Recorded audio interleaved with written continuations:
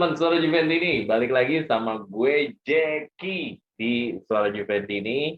Seperti biasa, gue selalu memberikan channel ini adalah tentang diskusi tentang Juventus dan banyak hal. Cuman kali ini gue sendiri nih. Biasanya kan selalu ada teman-teman ya, selalu ada teman-teman Juventini yang gue undang.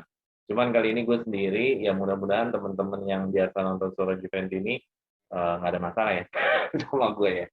Yang mudah-mudahan nggak ada masalah. Eh, kita diskusi tentang pramusim ini dan bagi teman-teman yang baru gabung dan baru tahu apa sih Suara Juventus ini, kita udah banyak bikin video. Intinya kita udah sering bikin diskusi-diskusi tentang preview, tentang apapun. Jadi banyaklah. Intinya tentang fans yang ingin memberikan pandangannya, memberikan analisanya dari sisi kacamata fans, melihat Juventus ini seperti apa sih hari ini gitu. Oke, mudah-mudahan nggak bosan ya. Hari ini kita pengen pengen tahu nih Juventus untuk pramusim di season baru ya, season 2002-2023. Sebelum kita ngomongin seperti apa pramusimnya, karena pramusim ini kan ibaratnya tentang rumor transfer, tentang apa lagi? Tentang siapa pemain yang out. Yang paling penting adalah, nah ini materi pertama gue adalah tentang, nah siapakah yang stay? Nah, ini pasti kalau ada Juventus ini di sini pasti ada gue tanyain. Ya mudah-mudahan teman-teman di sini yang nonton juga ikut komentar nanti. Teman-teman siapa yang pengen stay di Juventus untuk musim depan? Ayo, kira-kira kalau 5 pemain ya. Kalau gue 5 pemain, yang pertama adalah tentu ya Jesa. Nah, Jesa kan udah latihan nih, udah latihan, udah lari-lari. Ya, walaupun gue berharap Jesa ini langsung running dalam arti kata langsung gacor, tapi kayaknya sih akan sulit. Kenapa ya? Cederanya ini bukan cedera ringan seperti urat atau otot gitu loh. Ya bukan cedera kayak gitu. Ini cedera dengkul, di mana dengkulnya ini ya engsel dengkulnya yang namanya ACL ini bermasalah. Jadi kayaknya sih masih adaptasi sih. Bisa jadi adaptasi 3 bulan, 5 bulan, sampai 6 bulan. Ya paling lama 6 bulan lah gue harapannya. Terus ada lagi selain Chiesa yang gue berharap say adalah tentu ya striker yang paling mahal untuk Juventus di musim kemarin dan di musim depan juga masih diandalkan, yaitu Vlahovic. Wih, ini keren-keren fotonya ya. Jadi gue berharap Vlahovic masih stay di Juventus. Ya jelas lah, tentu lah semua Juventus ini pasti menginginkan Vlahovic stay. Yang ketiga, nah, karena ada 5 pemain nih. Yang ketiga adalah selain Vlahovic, tentu ya sebenarnya hati kecil gue pengennya sih adalah Morata. Tapi kayaknya nih di video ini dibuat sih memang belum tahu sih Morata cabut. Tapi 80% ya mungkin udah mau 80% ya Morata cabut. Gue pengennya sih Morata ya, tapi ya gimana? Atletico kayaknya nggak mau ngelepas Morata dengan harga yang murah, karena Juventus di sini infonya menawar di bawah 20 juta euro, cuman Moratanya nggak mau. Jadi rasanya sulit, tapi kan ini dari keinginan fans, yaitu gue pengennya Morata stay. Kenapa Morata pengen stay? Karena Morata ini kalau di formasi 4-3-3 sangat bagus sekali, sangat ideal sekali, sangat membantu serangan Juventus. Nah, yang keempat siapa? Tentunya back kita yang wonderkid. Nah, umur 19 tahun waktu sudah datang di Juve. Nah, banyak teman-teman Juventus ini banyak yang mengatakan, waduh, ini Allegri anti pemain muda. Terus Juventus anti pemain muda. Mungkin teman-teman harus tahu juga bahwa The Ligt itu datang itu di usia 19 tahun. Kurang muda apalagi. Emang mau 13 tahun datangnya kan nggak mungkin. Jadi sebenarnya gue ngelihatnya gini, Juventus tuh mungkin Allegri sekalipun tetap masih mau pakai pemain muda. Tentu pemain muda yang seperti apa dulu. Pertama mungkin yang punya matangan ya, siap di usia segitu dia udah keluar skillnya. Artinya ada pemain muda yang memang di usia-usia 19 tahun, 20 tahun udah langsung keluar talentanya, udah langsung kelihatan kalau ini adalah calon bintang besar. Mungkin itu yang bisa dikatakan Juventus pasti akan pakai lah. Nah, yang kedua adalah Pogba. Pogba datang di Juventus di usia 19-20 tahun. Itu bukti kedua kan bahwa Juventus juga memainkan usia muda. Di usia 19 tahun, 20 tahun juga masih dimainkan. Terbukti Pogba juga dimainkan waktu pertama kali Pogba mau datang. Nah, yang kelima nih, waduh, yang kelima siapa ya selain The Ligt? Yang kelima yang gue berharap gue pengen stay, siapa ya? Kalau gue bilang Rabiot, kalian pada ngamuk gak sih? Banyak yang nggak suka Rabiot. Ada banyak yang nggak suka Rabiot. Sandro Rabiot nih kayaknya udah banyak yang nggak suka. Cuman siapa ya? Mungkin antara Rabiot mungkin kalau cuma buat cadangan aja sih, is oke aja sih menurut gua.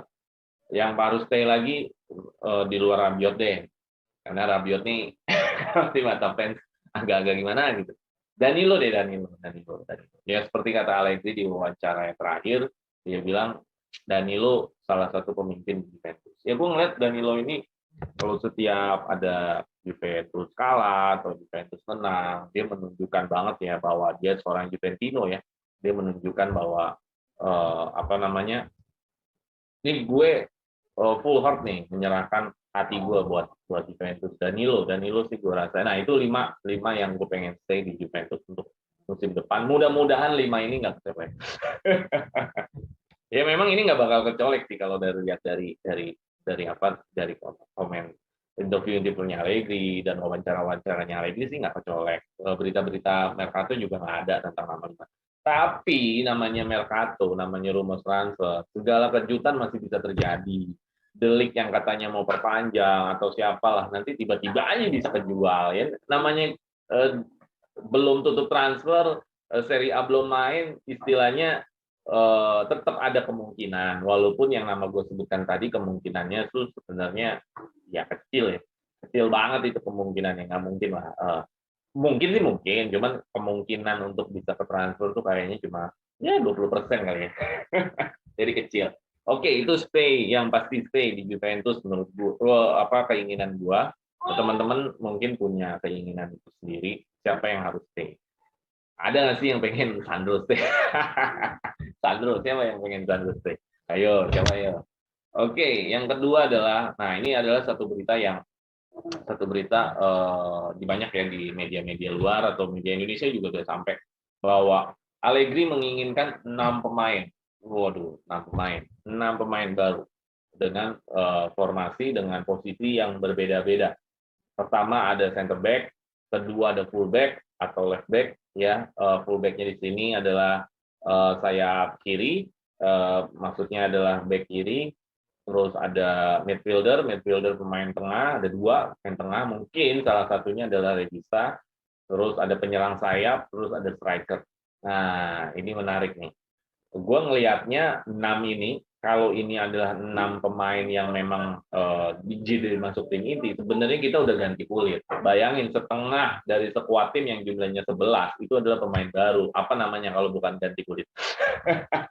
Gua nggak tahu nih, 6 yang di sini adalah buat kedalaman squad atau 6 di sini adalah untuk pemain inti. Kalau untuk pemain inti berarti kita benar-benar ganti kulit. Tapi kalau untuk kedalaman squad ya wajar lah. Setiap tim dimanapun setiap tahun pasti apa namanya bikin kedalaman squadnya menjadi lebih baik. Tambel musim-musim yang sebelumnya itu apa namanya kurang ya, musim-musim yang kemarin sebelumnya nggak optimal. Nah, kita bicara dari center back. Center back itu isunya ada siapa? Ada Milenkovic, Fiorentina, ada siapa lagi? Ada isunya, ada ya Bremer sih, pengennya sih gue Bremer ya. Cuman kayaknya nggak ada isu ke sana. Nah, terakhir adalah berita Demiral yang secara persyaratannya harusnya Demiral ini dibeli sama Atlanta kalau lolos champion, ternyata nggak lolos champion. Jadi Demiral kemungkinan akan dipulangkan. Apakah ini center back ini tinggal nge-switch ke Demiral aja atau masih mencari center back yang lain? Nah, full back kiri. Nah, back kiri ini terakhir adalah isunya ada Udogi ya, pemain Udinese.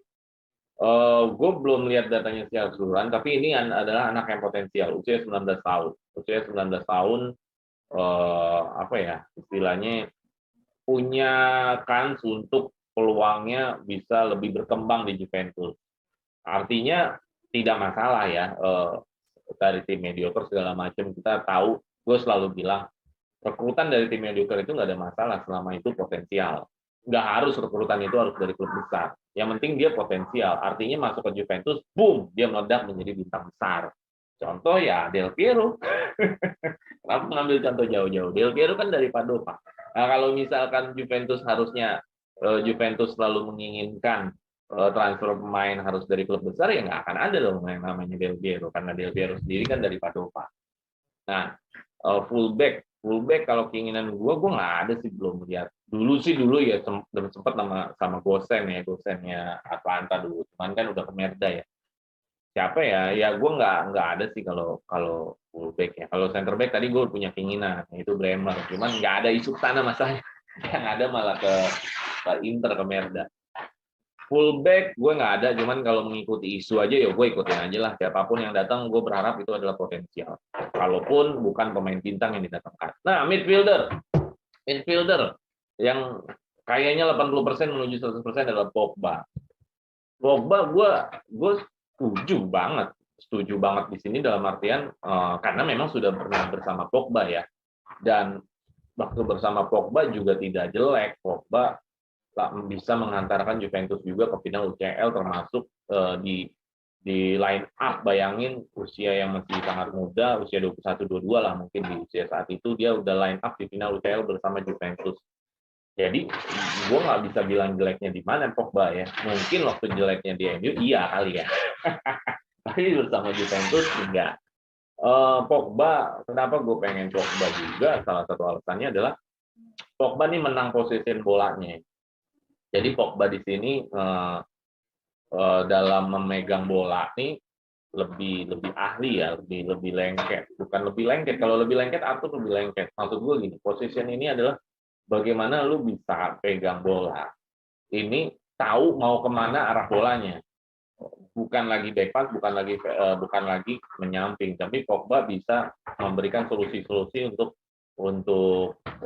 passing vertikal ya. Ini yang sangat jarang di musim kemarin tentang Juventus ya. Sangat jarang sekali.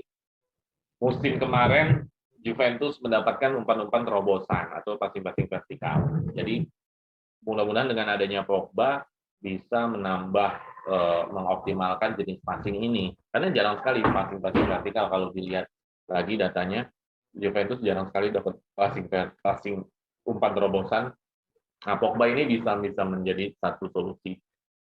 Kedua adalah midfielder. Lagi, ya mungkin Regista ya pengennya ya, Regista ya.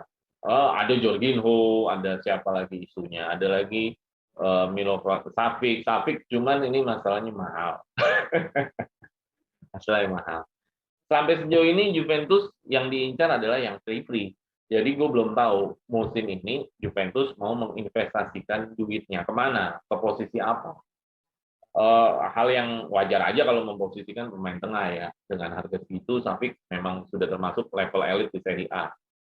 Jadi gue nggak merasa pembelian Savic kalaupun mahal harusnya worth it nantinya, harusnya oke untuk kedepannya.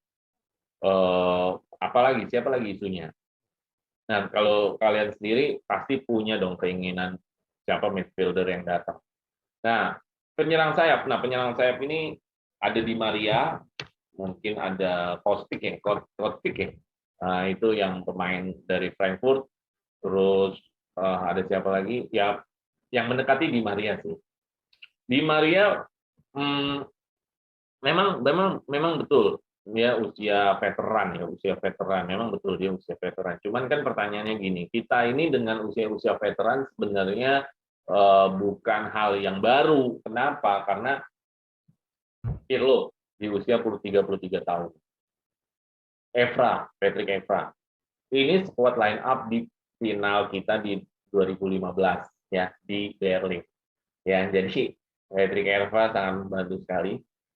Terakhir Daniel Alves, ada Hedira juga, itu udah usia 30-an semua ke Juventus, dan terbukti bisa sampai Scudetto dan bisa sampai ke final UCL.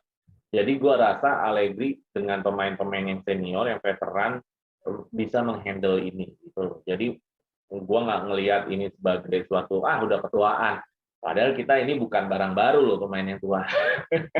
Iya bener dong, kalau lo nonton Juventus udah lama kan harusnya di era-era yang sekarang ini dengan pemain yang senior itu bukan hal yang baru gitu loh.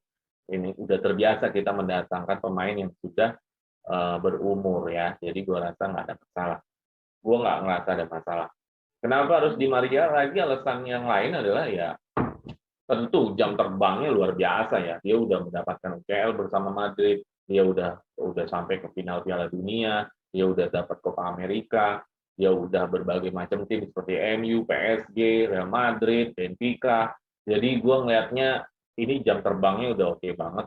Jadi gue nggak ngerasa apa namanya yang kita ambil dari Di Maria ini mungkin bukan seperti Di Maria di usia-usia waktu dia di Madrid ya. Cuman yang diambil ini adalah mungkin ketenangannya dia, jam terbangnya dia menghadapi game-game besar atau game-game seperti big match di UCL. Ini mungkin yang diharapkan. Nah, striker nih, wih, striker. Striker terbaru adalah Lewandowski yang udah nggak lanjut lagi sama Bayern Munchen. Ya masalahnya kalau emang Lewandowski nih misalkan ke Juventus, emang dia mau jadi cadangannya Vlahovic.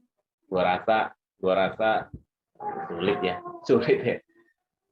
Striker gue ngelihatnya apa pasti kelasnya bukan yang kelas premium ya, premium. Maksudnya bukan di level-level seperti Vlahovic. Gue rasa akan pekerjaannya banyak ini sebenarnya. Mungkin yang udah setengah jalan, bukan setengah jalan ya, udah 80% baru Di Maria sama Vlahovic. Cuman waktunya sih masih panjang sih sampai Agustus. Jadi gue ngerasa fine-fine aja sih ini mah masih bisa dapat sih 6 player ini untuk bisa datang ke Juventus. Yang mungkin yang menarik adalah yang outnya nanti siapa ya? Yang outnya seperti Arthur kan emang udah mau cabut. Mungkin siapa lagi selain Arthur? Ada ya kita lihat lagi deh nanti ada Bernardeschi ya yang putus-putus kontrak udah pasti ya. Kayak Dybala gitu-gitu kan udah kita bahas ya sebelumnya. Oke. Nah, selanjutnya adalah gua kasih judul Youngster Dangerous. Waduh, ini segar-segar banget nih anak-anak muda di sini nih. Belum diputuskan siapa, tapi isu mengerucutkan ke Miretti. Fagioli dievaluasi, Rovella juga dievaluasi. Teman-teman dari Youngster Dangerous ini memilih siapa dari tiga ini? Gue sih kelihatannya mereka hampir-hampir mirip ya cara mainnya ya. Tapi ada keberuntungan sedikit di Miretti yang mendapatkan jam main banyak di Juventus. Nah ini yang nggak didapat sama Fagioli, dan Rovella bahkan belum pernah sama sekali ke Juventus karena Rovella sendiri dibeli sama Juventus masih di Genoa. Gue ngelihatnya Miretti ada keberuntungan ya. Kadang dalam sebuah karir perlu keberuntungan. Ya, Miretti beruntung udah main tiga kali di Juventus dengan jam yang banyak. Pasti Allegri sudah melihat ini sebagai sebuah potensi ya. Wah, ini keren banget. Terus kalau Fagioli gimana? Kalau Fagioli, gue ngeliatnya bagus dalam artian gini. Dia adalah gelandang tengah terbaik muda seri B ya. Jam mainnya banyak, asisnya juga lumayan. Artinya kalau kita ngomongin senioritas nih, ya harusnya Fagioli dulu gitu. Baru habis itu Miretti dipinjemin. Ini kan keinginan gue. Cuman kita nggak tahu. Kemungkinan sih kayaknya Miretti. Gue ngelihatnya kenapa? Miretti masalahnya udah main sama Juventus dan Allegri sudah melihat di tiga game itu. Jadi gue rasa ini keberuntungannya Miretti ya. Dan kemungkinan Fagioli bisa saja menjadi dijual ya, menjadi alat jual buat Juventus untuk bisa mendapatkan pemain lain. Ya harapannya sih nggak pengen ya seperti Fagioli ini dijual atau Rovella yang masih bermain di Genoa nantinya. Harapannya sih nggak pengen. Cuman ya rasa-rasanya nggak tahu juga deh. Isunya sih ke Miretti terus. Rovella juga pastinya pengen ke Serie A karena kan klubnya Genoa kan juga di Serie B. Jadi kita lihat berita selanjutnya. Tiga-tiganya ini sama-sama bagus, tapi kalau disuruh milih, gue pasti memilih Fagioli. Nah, kalau teman-teman dari Youngster Dangerous ini, siapa yang teman-teman mau pilih? Siapa ayo kira-kira? Nah, kalau gue milihnya tiga ini. Karena memang posisi ini Regista ya, pemain tengah di atas back. Ya, posisi tengah mainnya di atas back. Perannya seperti apa? Perannya pengatur serangan. Kedua juga memberikan opsi passing. Jadi ketika pemain-pemain back-back ini atau pemain tengah-tengah lain ke kunci, dia bisa memberikan opsi passing kepada para pemain-pemain yang lain atau keberadaannya dia bisa dipasing oleh pemain lain. Ini penting sekali sih bagi pemain yang di atas back ini. Supaya apa? Supaya nggak kekunci. Ketika kita kekunci, selalu menjadi back pass. Ya kan? Ketika kita kekunci, selalu menjadi back pass. Itu masalahnya. Oke. Terakhir adalah, nah, kira-kira teman-teman dari musim kemarin, mana pertandingan terbaik yang pernah kalian tonton di Juventus di musim kemarin? Gua satu pertandingan di Serie A. Nah, ini ada pertandingan di Coppa, Serie A sama Liga Champions. Gue satu pertandingan di Serie A, yaitu PS Roma di kandang Olimpico. Itu gila, itu kita comeback ya 4-3, seru banget. Terus apa si itu nahan penalti, ya dramanya banyak lah. Ya sih. Nah, teman-teman kira-kira apa nih yang kalian seneng dari game? Apa jangan-jangan cuma live score aja? Ya hasil aja. Udah males nonton Juventus gara-gara kemarin mainnya jelek, mainnya ketahan, apa segala macam. Enggak ya.